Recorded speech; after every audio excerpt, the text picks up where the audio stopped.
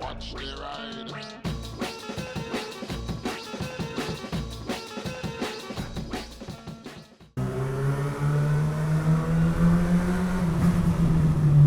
Hey everybody, good sounds to start with. So, you may know about the dead internet theory, and I talked about this years ago.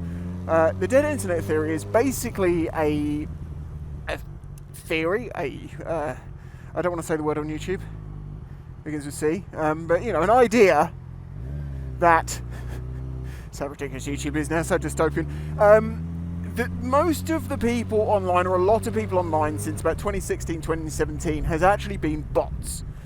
You know, bots just commenting, because we've had bots that can pretend to be people for a while and just leave basic comments. You know, you can even have someone, actual human, write the comments that it gives out, and then it just gives a generic one. Like, you know, if you're a YouTube, you'd probably have one saying, "Oh, I love your content, blah blah, why don't you check out mine?" And it's just someone who's using a bot to try and promote their channel.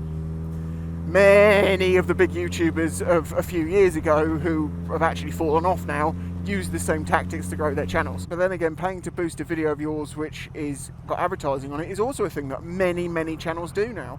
You know, if you've got a sponsor on board and they want you to get so many views, or it's better if you're seen to have that many views, you can pay, say, a few bucks and have it promoted, and then it'll get more views. You don't have to fight the algorithm, you don't have to do any of that stuff, you just pay to win, basically. But if you've got an ad and it, you know, what you get back is directly related to that, hell, you know, don't hate the player, hate the game.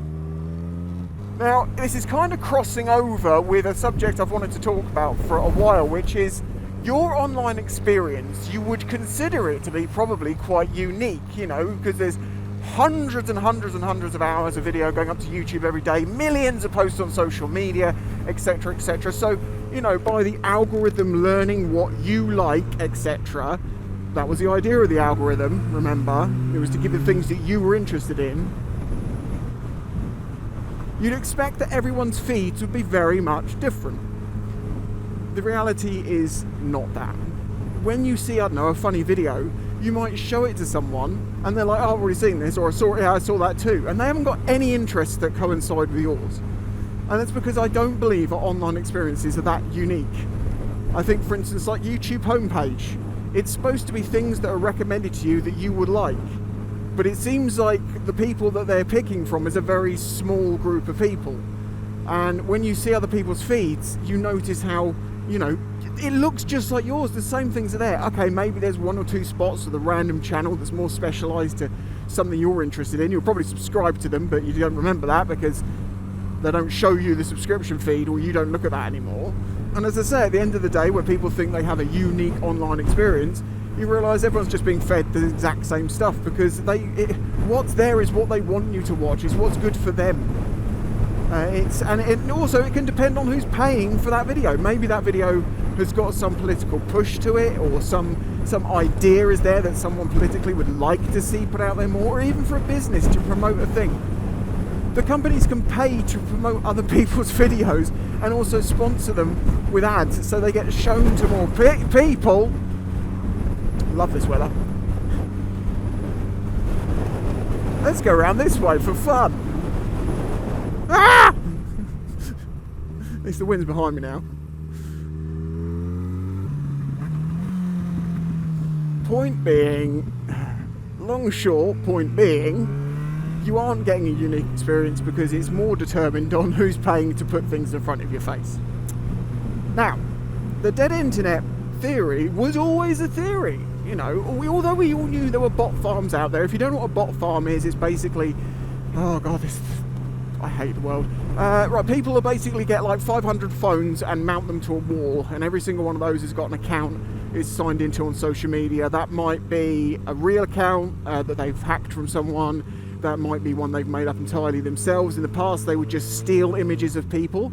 Now AI has made that very easy. They can just use fake images of people, and you're like, oh, well, you can spot AI anywhere.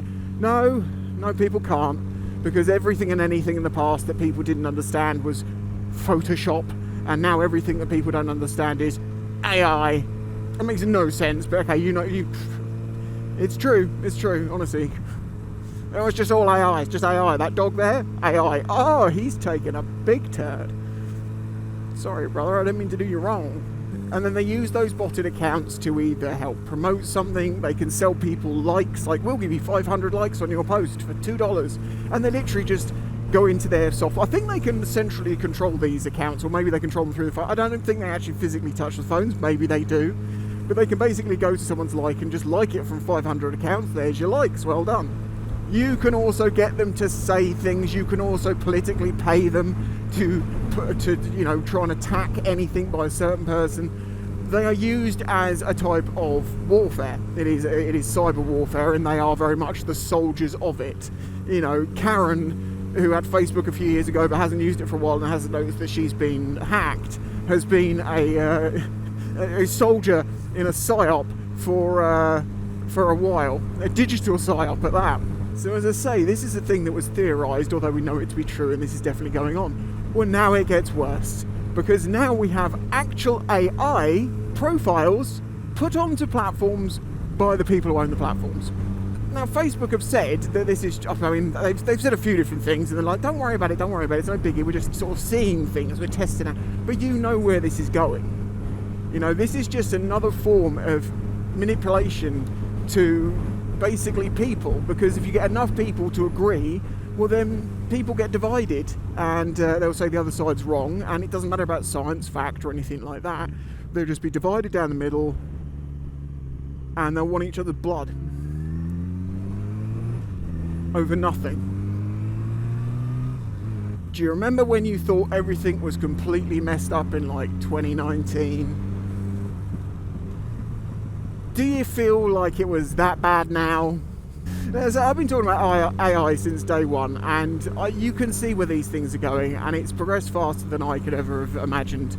And yet, sadly, even though we have all this AI stuff to, take people's jobs and to remove creativity from things, to steal from others, to manipulate, to do lots of things that are not beneficial, I still cannot talk to my computer and say to it, hey computer, could you please import that SD card, open up the editing software and sync the audio and the video together for me, ready for me to edit like I normally do. You've seen me do it a few times. And that sounds like Copilot, and I don't like the idea of Copilot, but there could be an AI built in that just knows programs and names and knows how to do basic stuff, and it's a computer from Star Trek. It's also, ChatGPT, when you can talk to ChatGPT, or one of the GPTs, or the chats, if you talk to it directly and it transfers it into human speech, then it spits out its answer and then reads that back to you in human speech, like talking directly to a person. That's pretty close. Apart from that person is actually an absolute imbecile and will tell you things that are factually wrong that they're right, because it's got a bit confused about where it's got all the stuff from. It definitely can't be opening programs or doing anything like that yet. But that seems like one of the simplest things, the most useful things, and one of the most beneficial things to everyone. Not as some learning super intelligence, just as a functioning device that you can talk to and it will help you. The only place in my life AI is beneficial is in Photoshop.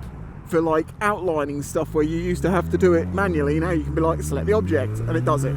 Now, is that AI really? Probably not.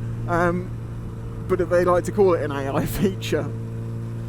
The AI buzz will go away, don't worry, and it's just going to become another tool in the belt of tools that we have. But unfortunately, it is the newest, shiniest, pointiest, most multifaceted tool we've ever had, pretty much.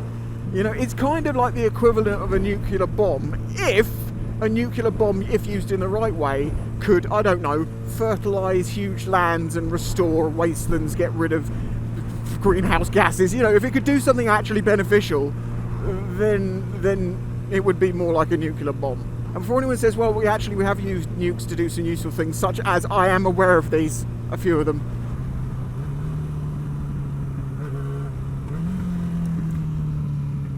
It just makes me it makes me wonder, makes me think, where are all the real humans going to be in the future? Is there going to be a great revolution of people just getting offline? Because everyone likes online because it's fun, but even though it can be damaging and blah, blah, blah, they still get entertainment out of it. They'd still rather do that than some other things.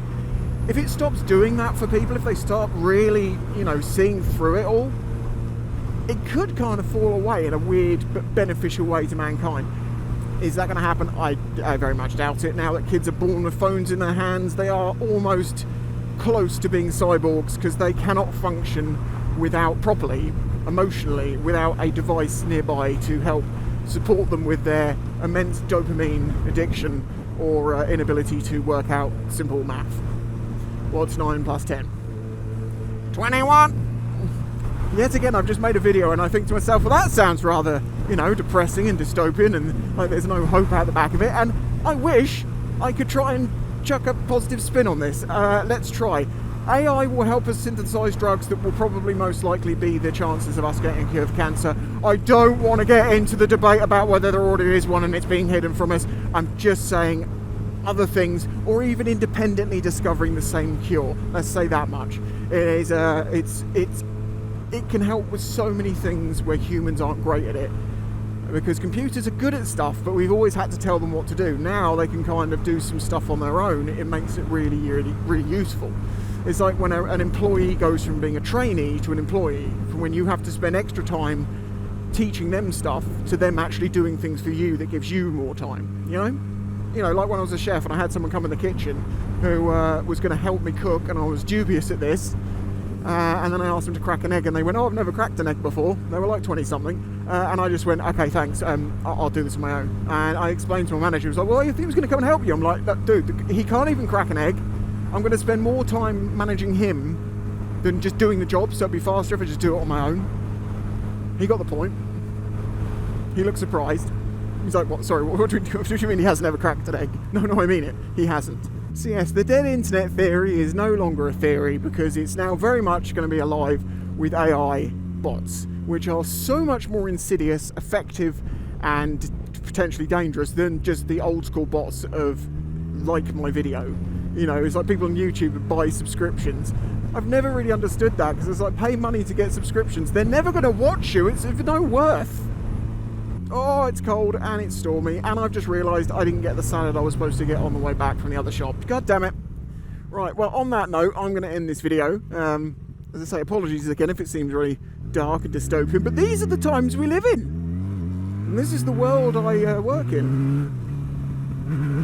I thought it was to do with motorcycles, but it's got nothing to do with these things. It's more dependent on some ones and zeros and stuff like that. I always try and have a point to a video, and it's hard to find the one in this because it seems so just dystopian and just depressing. I think the point is, be aware this is going on, and be very aware about how online social media and stuff like that will continue to try and manipulate you, try and make you mad and misreport, and it's a tool of propaganda.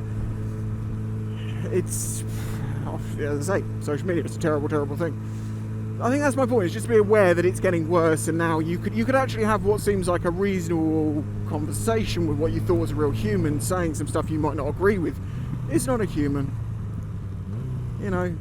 It's just an algorithm. Is that an old 355? That is an old 355, I think. I guess another point is to remember that although it may seem like the internet is just devoid and heartless and horrible, the real world is still full of nice people. And if you get out there and you talk to people and, you interact with people, you touch grass, you will realise this. Until the next one. Bye-bye.